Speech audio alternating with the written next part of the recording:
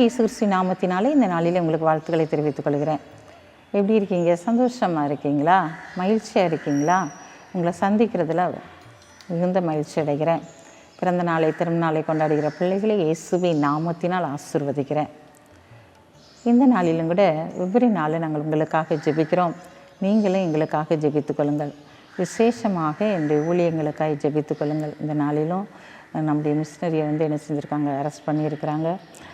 சீக்கிரமாக அவங்க வெளியே வரும்படியாக நினச்சிங்க ஜெபித்து கொள்ளுங்கள். இந்த நாளில் நம்முடைய வாழ்க்கையில் என்னென்ன காரியங்கள் அரைகுறையாய் காணப்படுகிறதோ அது நிறைவாக போகிறது. வீடு கட்டிக்கிட்டு இருக்கேன், அது இன்னும் முடியவே இல்லை, எல்லாம் அரைகுறையாக கிடக்கு. என் படிப்பு அரைகுறையாக கிடக்கு, என் வேலை அரைகுறையாக கிடக்கு, என்னால் ஒன்றுமே நிறைவாய் செய்ய முடியலை அப்படின்னு சொல்லிட்டு நினைக்கிறீங்களா?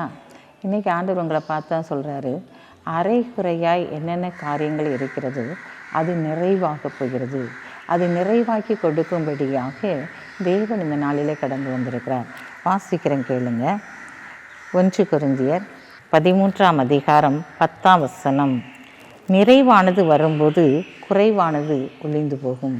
பிரியமான சகோதரனே, சகோதரியே, உன்னுடைய வாழ்க்கையில் என்னென்ன காரியங்கள் குறைவாய் காணப்படுகிறதோ, அரைகுறையாய் காணப்படுகிறதோ, அது எல்லாவற்றையும் ஆண்டவர் நிறைவாக்கி கொடுக்க போகிறார். இதனால் உங்களை பார்த்து ஆண்டவர் சொல்ல, மகனே மகளே, எதிலெல்லாம் நீ குறைவோடு காணப்படுகிறாயோ அதை நிறைவாக்கி நான் கொடுக்க போகிறேன். உன்னுடைய வாழ்க்கையில் இருக்கிற எல்லா காரியத்தில் குறைகளும் நிறைவாக்கப்பட போகிறது. கற்பத்தின் கனி இல்லை அப்படின்னு சொல்லி குறைவோடு காணப்படுகிறாயா? கர்த்தர் இந்த நாளில் உனக்கு கற்பத்தின் கனியை கொடுத்து உன்னை ஆசீர்வதிக்க போகிறார். இதனால் நான் தரித்திர நிலைமையில் இருக்கிறேன் அப்படின்னு சொல்லி புலம்பி தவித்து கொண்டு இருக்கிறாயா? இதோ உன் தரித்திர நிலைமையை தேவன் மாற்றி போட போகிறார். உன்னுடைய வாழ்க்கையில் என்னென்ன காரியங்கள் குறைவுபட்டு காணப்படுகிறதோ எல்லா குறைவுகளையும் தேவன் நிறைவாக்குவார். என்னுடைய குடும்பத்தில் ரட்சிப்பு அப்படிங்கிறது இல்லை, அதில் குறைவுபட்டு என்னுடைய ஃபேமிலி இருக்குது, என்னுடைய குடும்பம் இருக்குது அப்படின்னு சொல்லிட்டு நீ நினைக்கிறாயா? இந்த நாளிலே அந்த ரட்சிப்பை ஆண்டவர் கொடுத்து நிறைவாக்க போகிறார். உங்களுடைய வாழ்க்கையில் என்னென்ன காரியங்களில் நீங்கள் வேதனையோடு கண்ணீரோடு வடித்து ஜெபித்து கொண்டிருந்தீங்களோ அந்த காரியத்திற்குள்ளேயே நிறைவு இந்த நாளிலே கடந்து வருகிறது. நீங்கள் பயப்படாமலும் கலங்காமலும் இருங்கள். இந்த நாளில் ஆண்டவரை மட்டும் நம்ம நோக்கி பார்க்கும்போது நம்முடைய வாழ்க்கையில் இருக்கிற எல்லா குறைகளையும் தேவன் நிறைவாக்குகிறவராக இருக்கிறார்.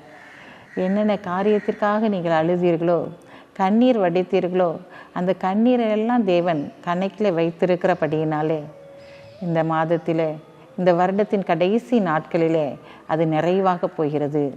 எதற்கெல்லாம் காத்திருந்தீர்களோ அந்த காத்திருந்த காரியத்திற்கு நிறைவு கடந்து வரப்போகிறது. விசா வரலைன்னு சொல்லி கலங்கி தவிக்கீங்களா? இந்த நாளில் வீடு கட்டி முடிக்க முடியலைன்னு சொல்லிட்டு கலங்கிட்டு இருக்கீங்களா? இந்த நாளில் பிள்ளையுடைய படிப்பு காரியம் இன்னும் சரியாக முடிய மாட்டேக்கே அப்படின்னு சொல்லிட்டு கலங்குறீங்களா? ஆண்டவர் எல்லா காரியத்திற்கும் ஒரு முற்றுப்புள்ளி வைக்கும்படியாக இந்த ஆண்டின் இறுதியிலே கடந்து வந்திருக்கிறார்.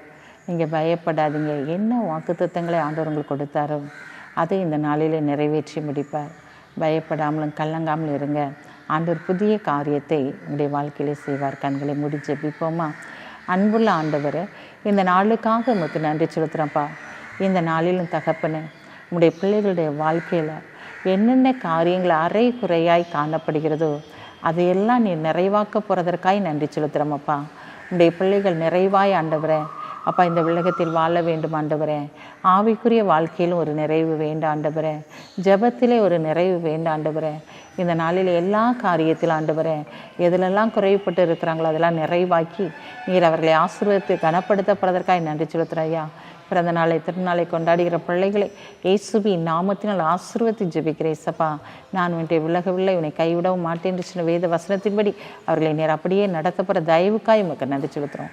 பொறுப்படுத்திக் கொள்ளுங்க, ஆசீர்வதிங்க. இயேசுவின் நாமத்தில் ஜெபிக்கிற நல்ல பிதாவே, ஆமென்.